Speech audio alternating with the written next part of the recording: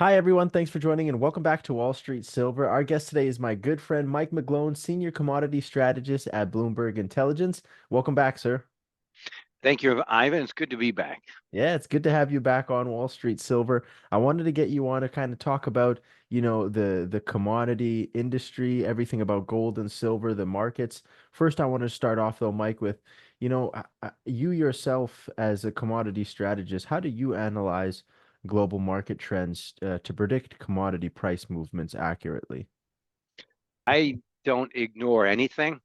And I like to point out some people have accused me of being too technical.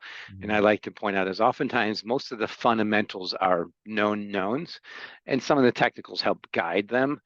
But I only can really rope that into current situations where I think it's most important in terms of commodities to never underestimate the power of price.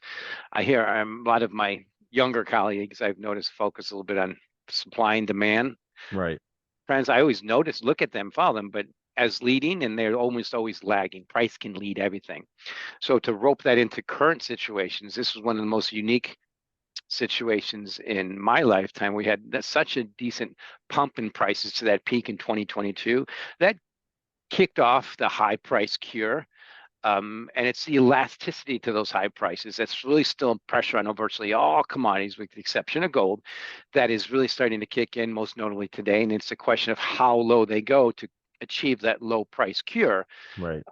And so to me, this is one example that I have to point out is when people talk about things like gold, I say, well, you basically probably have to mention China and the unlimited friendship in that same sentence right away.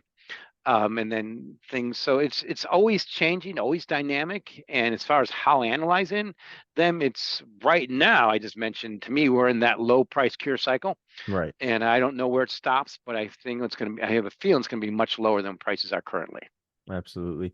And Mike, in your experience over the years, what are the most volatile commodities to trade, and how do you approach managing this volatility? Well, natural gas is the most volatile major commodity. Okay. And by being so, it's also one of the best leading indicators. It is the number one measure for heat, electricity, and fertilizer in both of our countries Hmm. in North America. And it's you should not you should heed its warnings. It got way too expensive, up to $10 per MMBTU in 2022. It got too cheap, down to about 1.6 just in Q1, and now it's starting to tilt that way. So to me, it's the most volatile. It's a good leading indicator, certainly lately. But for me, and more macro focus, the major commodities are crude oil, copper, gold, and corn. Everything Right. else is related. For instance, in the whole petroleum complex, you have crude, and then there's unleaded gas and diesel and all the other things. In corn, yeah, you have the other grains, wheat and soybeans. They're somewhat definitely significant, but corn is the biggest one that really matters in terms of global dollar value of production and things like that. So I oftentimes focus more on the macro, and particularly when macro is what matters. And to me, this is what this is where we are right now. It's the most significant thing now in all commodities is the macro. I mentioned the unlimited friendship between Xi and Putin that changed the world order, and Right. then this really extended U.S. stock market as we tape on August 2nd, right after unemployment number. We're finally seeing just some normal reversion in very almost unprecedented, very expensive risk assets. And rightly so. We just pumped up a lot of liquidity, and we had significant amount of fiscal deficit spending. And now I think we're heading towards a bit of that reversion process. Are you looking for the best place to invest in physical silver and gold? Support your stack, an American small business, by shopping with www.bullionbrother.com. Let them help you break away from the financial system and become your own bank. Gain financial independence and protect yourself from reckless government spending by stacking physical gold and silver. Check out the link in the description for the best deals online. At Bullion Brother, their mission statement is to distribute more ounces of precious metals into the hands of more everyday people. They are a new family-owned and operated bullion business established in 2020. Unlike the big box bullion retailers, they are a company of stackers designed for stackers. Use the coupon code SILVERAPE24 for $5 off your first purchase of $99 or more. That's BULLION brother.com. Thank you so much, everyone. Yeah, absolutely. Yeah, in your opinion, Mike, like how do you think geopolitical events, and kind of economic indicators impact commodity prices? And how do you incorporate these factors in your analysis? Always never ignore anything. But one thing I've enjoyed about let's talk about the current escalating violence in the Middle East. There is absolutely no direct um, curtailment of supply of liquid fuels and crude oil at the moment. In fact, Okay. it's increasing supply by keeping prices high for that geopolitical risk. It's adding fuel to the main pressure that's pressured crude oil since for almost 20 years now. And that's the excess of supply and demand out of the U.S. and Canada, and there's other places too. Um, so that is matters a lot, but I think it's somewhat counterintuitive. I like to point out, and I enjoy pointing out when crude oil peaked in 2022, the lessons of history were very good examples for where we are now. Right. Yeah, I was early.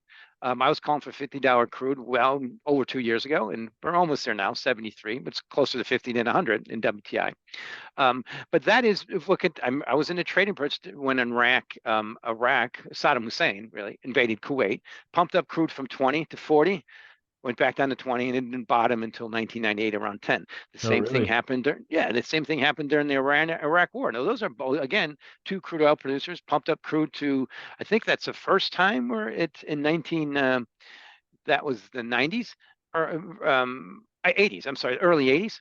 It pumped up crude to Ron. I think the first time it got to near 40, and it didn't bottom until 10 in 86, I think it was. And just these type of situations always have that worthy um, low price cure plunge. And that's where we're heading now. So think right now what's happening geopolitically is we do have Cold War 2.0 kicking in. Right. President Xi and President Putin driving that. This is something that we haven't had to deal with since the 80s because we've had a détente period since then. I think the markets have not figured out. They're still priced for a very free and safe world, and it's not. Right. So I think that's what's going to happen. Risk assets are starting to turn that way, certainly U.S. equities. But again, that is, and of course, what's happening in the Middle East is not doing anything to cut supply. So I think that's right now it's keeping prices bid, but as we see today, crude also down about 4% because the number one factor for all markets right now is just the potential for little back and fill and beta. And that's where to me economics come in. Obviously, the global economic situation to me is very precarious. It might be the worst recession of our lifetimes. Just look at China's government bond yields, 2.12% right now on a 10-year note in Hmm. China. That's the lowest ever, 2006. Yeah, that's It's right. I used to say it was 400 basis points, sorry, 200 basis points less than the 2-year note, but now it's about 150 basis points, 180 basis points less than the US 2-year note, a 10-year note. And I think we're all going there. So the world's tilting towards recession. And it's not a surprise. The foundation for this was quite profound. I mean, quite significant. Yeah. Biggest money pump in liquidity in back of COVID, the Russians' invasion of Ukraine, the shift in the world order, and then this fact that the bottom line is that the U.S. stock market is just so expensive.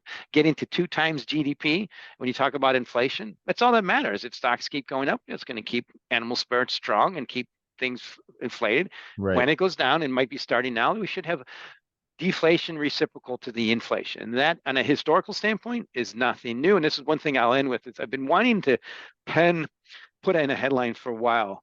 Um, Ignore the models, break out the textbooks, break out the history books.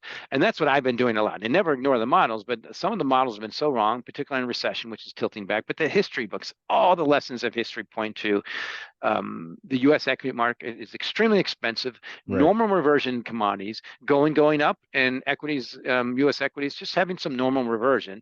That's like the first inning. We haven't even got to the point where they enter maybe a bear market, which is way overdue. Hmm. What you said is absolutely spot on there, Mike. And we're recording this as on the second. So it's pretty and the stock market is today is taking quite the hit. Can you explain what's going on there, what you're seeing?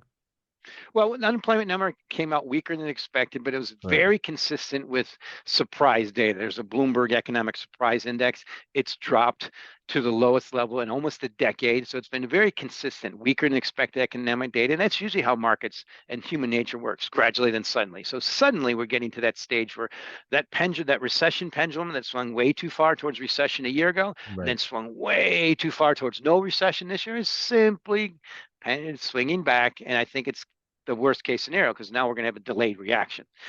And it's also a complete unique sweet spot for tactical traders to get short where everybody else is long. And that Mhm. starts with the US stock market, and at least until September 18th, until the Fed starts cutting. And now there's inklings that they might cut 50 basis points, which I think would be very strange unless the stock market goes down enough to tell them to do that. And to me, Right. this is what's happening is we are so good, markets are so good at looking ahead, bought the rumor, and now the fact's starting. But the Fed's going to start easing because we are heading towards a recession. It's clearly heading that way. Unemployment at 4.3% US bottomed around 3.4 about a Right. year or last year. That upward trajectory has never bottomed from such a low level without going to 6%. The last similar example was early 1950s, from 1954 to 56. Unemployment went from about 3 to 6. It's just the way thing, and that was a very boom period for equities post Yeah. World War. So to me, this is all the lessons of history point to, oh, stock market volatility in the US is so low. It's just starting to bottom. Interest rates are potentially just starting to peak from levels that are very similar to right before the great financial crisis. So the way I see Wow. things is, yeah, I mean, that's just facts. And it's not facts of, well, what are you going to do then? And I think what's happening now is everybody's going to say, yeah, it's a healthy correction. It's what the way things always start. I just think this is the beginning of the recession that we didn't get. It's already happening in China. Look at their bond yields. In Europe's very close. And it's just a matter of time. The whole world, I think, tilts towards a recession. We can say it's reciprocal to the unprecedented events we've had in the last 5 years. Yeah, absolutely. Well, Mike, it's such a pleasure having you come down to Wall Street Silver, just giving us that insight. Before you head off, though, can you briefly share with our audience what exactly a commodity strategist does and why is it an important role in the finance industry? Well, as far as it being important, it depends on my employer at the time. Right now, I love Bloomberg, almost a decade with Bloomberg. I like to Right. get another decade out of it. So I'll let That's someone good. else answer that. I don't like to think I'm too self-important, but the bottom line my job is to have a view of where things are going to go and write about it and publish about it every day. Right. So once we click off for the weekend, I take a little break and I'll just start catching up on my background reading. I'll probably be looking at a commitment of trader stuff. And so that's the bottom line. Where's the market going and why? Yeah. And sometimes I think it's somewhat my duty to really push back on consensus, which Benjamin Disraeli has warned us once everybody has anticipates something, it often does not occur. And that's what's really happening to commodities. I was really concerned when I saw so many people trying to allocate and expecting commodities to go up after the invasion of Ukraine, which was the sign that to me they're going to go down. So that's bottom line is this is where markets are going and why. And the thing at Bloomberg is I can't recommend investments, but I can say where things are going. So since this is Wall Street Silver, I have to say the key thing I've been worried about with silver for a few years now is I mentioned this because it is the show is I think it's going to trade more like copper. It's Okay. industrial metal now, and gold is precious. Gold's going to continue to rally. So that's my view. And the reason is it is going, and I'm still somewhat bearish copper because notably what's happening in China. Absolutely. Well, thank you so much, Mike. It's such a huge, huge pleasure having you come down to Wall Street Silver. And as the market develops, and of course, we're watching the Federal Reserve closely and the stock market closely and the precious metals market, we'd love to have you back on. Looking forward to it. And thanks for having me on, Evan. Awesome. Talk to you soon.